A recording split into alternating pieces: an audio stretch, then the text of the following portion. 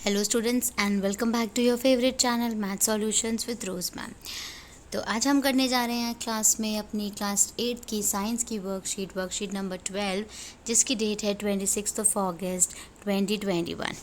तो चलिए वर्कशीट शुरू करने से पहले बच्चों मैं आप सभी का थैंक यू कहना चाहती हूँ कि मेरे 1000 सब्सक्राइबर्स हो गए हैं यूट्यूब में। Thank you so much for your love and support and keep supporting me, keep watching my videos. मेरी आपसे यही रिक्वेस्ट है बस। और अगर अभी तक भी किसी बच्चों ने चैनल को सब्सक्राइब नहीं किया है तो प्लीज़ चैनल को सब्सक्राइब कर दीजिए और बेल आइकन को भी प्रेस कर दीजिए। चलिए स्टार्ट करते हैं आज की worksheet. Children, what do you do if you feel like eating mangoes during winter season और if you feel like eating strawberries during summer season. कि वो बोल रहा है कि बच्चों के कभी आपने ये महसूस किया है कि आपका बड़ा मन करे अगर सर्दियों में आम खाने का, या फिर आपका मन करे गर्मियों में स्ट्रॉबेरीज़ खाने का, ऐसा कभी हुआ है? तब हम क्या करेंगे? As we know that micro organisms are present almost everywhere and at all times. कि हम ये जानते हैं कि जो माइक्रो ऑर्गेनिजम्स है, जो बैक्टीरियाज हैं, वो हर जगह दिखाई देते हैं, प्रेजेंट है। If they get proper conditions like heat and moisture they grow very fast. और अगर उनको प्रॉपर कंडीशन मिलती है हीट और मॉइस्चर की तो वो जल्दी से ग्रो करते हैं। Contamination of food is a chemical process which changes the colour, taste, smell of the food. Contamination मतलब यहाँ पर कि जैसे जो खाना हमारा ख़राब हो जाता है उसके बारे में बात कर रहे हैं। वो भी एक केमिकल प्रोसेस से होता है जिसमें उसका कलर चेंज हो जाता है, टेस्ट चेंज हो जाता है, स्मेल चेंज हो जाती है फूड की। To save food from microorganisms or contamination, we can use the following method so that we can enjoy all kinds of fruits. तो ये कह रहा है कि फूड को कंटामिनेशन से बचाने के लिए हमें क्या करना है, कुछ मेथड्स यहाँ पे दिए हुए हैं so that we can enjoy all kinds of fruits and vegetables and the things made from them throughout the year, जिसकी वजह से हम इसको प्रिजर्व करके रख सकते हैं फूड को और पूरे साल के लिए हम उसको इस्तेमाल कर सकते हैं। तो आगे रीड करते हैं measures to protect food from micro organisms, food preservation. तो फूड प्रिजर्वेशन के बारे में हम आज डिस्कस करने जा रहे हैं, जिसमें यहाँ पे कुछ मेथड दिए हुए हैं। इसको हम वन बाय वन करके आगे हम इसको रीड कर लेते हैं। पहला है केमिकल मेथड। तो फर्स्ट इज़ केमिकल मेथड। ये है क्या? इसके अंदर some chemicals like sodium benzoate and sodium metabisulphite are use to check the growth of micro organisms. तो ये जो दो तरह के केमिकल्स हैं, ये जो है माइक्रो ऑर्गेनिज्म की जो ग्रोथ है उसको चेक करते हैं, ठीक है। फिर नेक्स्ट है preservation by common salt. Meat and fish are covered with table salt to check the growth of bacteria. और खराब बैक्टीरिया से बचने के लिए, ख़राब ना हो जाए मीट, तो उसमें कॉमन सॉल्ट का यूज़ किया जाता है। फ़िश और मीट को सॉल्ट लगा करके रखा जाता है। तीसरा जो है वो हम प्रिजर्व कर सकते हैं preservation by sugar. The use of sugar reduces the moisture in foods which inhibits the growth of bacteria. कि ये भी जो बैक्टीरिया की ग्रोथ है उसको रोकते हैं, जो कि शुगर है। तो जो जिन फूड्स में शुगर होती है तो वो मॉइस्चर को जो है वो रिड्यूस करती है। नेक्स्ट है preservation by oil and vinegar. तो विनीगर और ऑयल की मदद से भी हम खाने की चीज़ों को प्रिजर्व करके रख सकते हैं।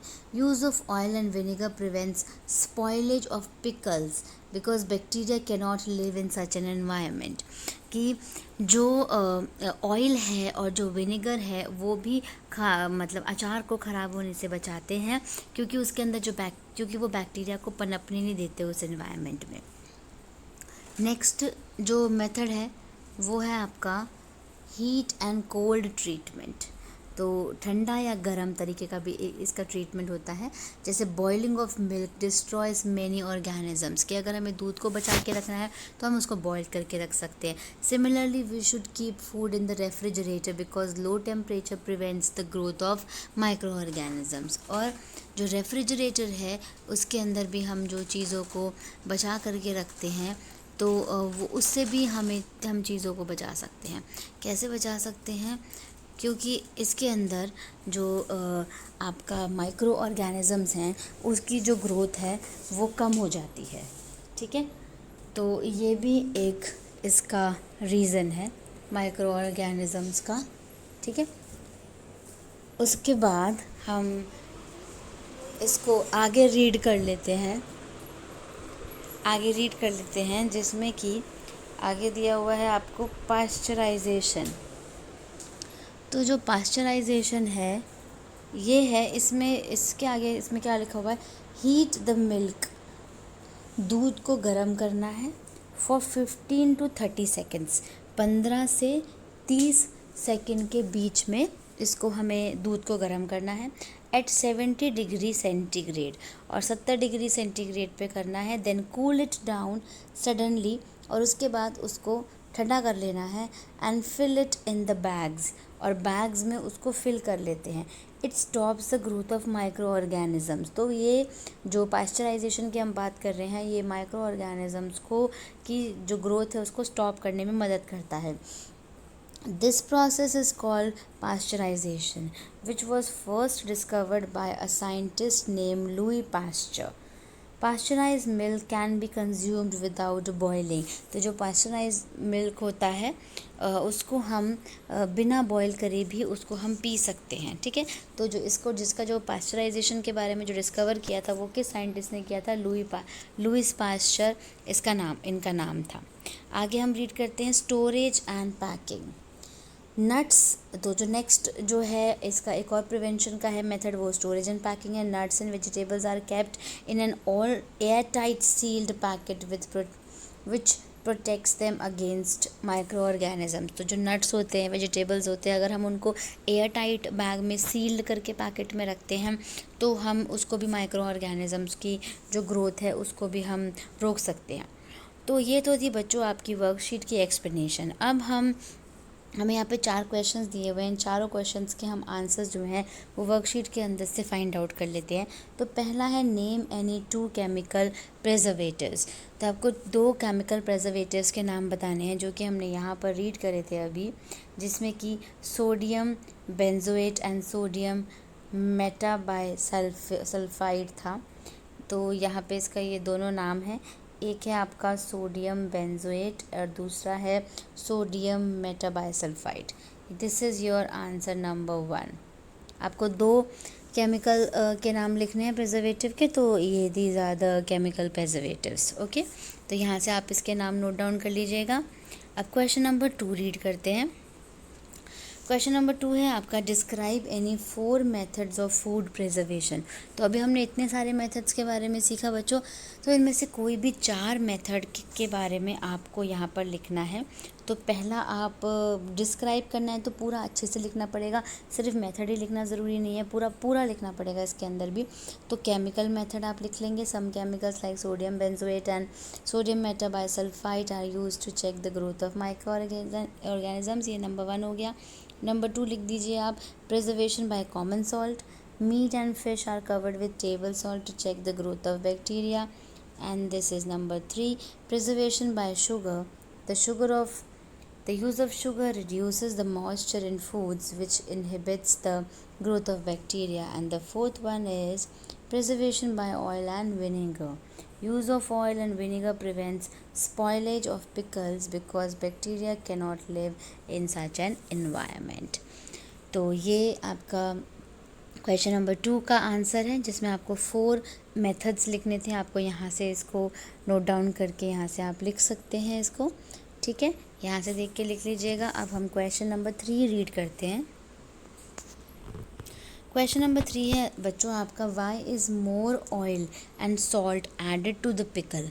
ये दोनों चीज़ें क्यों डाली जाती है, इसका आंसर भी यहाँ पर है, बिकॉज ऑयल एंड सॉल्ट लिख दीजिएगा आप विनेगर की जगह, oil and salt prevents spoilage of pickles because bacteria cannot live in such an environment. तो this is answer number 3।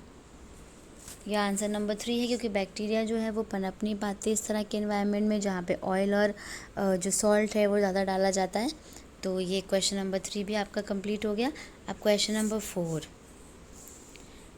4 है आपका, name any 4 things made from mango that we can preserve. आपको 4 चीज़ों के नाम बताने हैं जो कि मैंगो से बने हो और जिसको कि हम प्रिजर्व करके रख सकते हैं।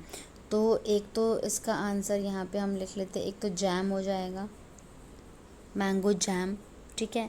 और दूसरा जूस हो सकता है, मैंगो का जूस जो होता है स्लाइस वगैरह फ्रूटी, है ना, वो हो गया। तीसरा पिकल, मैंगो का पिकल हो गया, अचार, ठीक है। फिर आम पापड़, इसको ऐसे ही हम हिंदी में इस तरीके से लिख लेते हैं, आम पापड़। मैंगो की चटनी भी होती है ना। तो ये सब चीज़ें आप लिख सकते हो। और अगर आपको कुछ और भी पता है, आप अपने मम्मी पापा से भी पूछ सकते हो इस बारे में कि जो भी और भी मैंगो से बनी हुई चीज़ इसको हम प्रिजर्व करके रखते हैं वो हम कहाँ लिखें, है ना, वो क्या कौन कौन सी हैं, तो उनको भी आप यहाँ पे लिख सकते हो। तो इसी के साथ बच्चों आपकी आज की वर्कशीट जो है वो ये कंप्लीट हो गई है। आप इस वर्कशीट को अपनी कॉपीज़ में नोट डाउन करिए और अपनी साइंस टीचर को सेंड कर दीजिए। Thank you so much students for watching this full video. तो फिर मिलेंगे नई वीडियो में नई वर्कशीट के साथ। अगर आपने चैनल को सब्सक्राइब नहीं किया, चैनल को प्लीज़ सब्सक्राइब कर दीजिए। और आप वीडियो अगर पसंद आया तो प्लीज़ वीडियो को लाइक भी ज़रूर कर दीजिए। Thank you once again.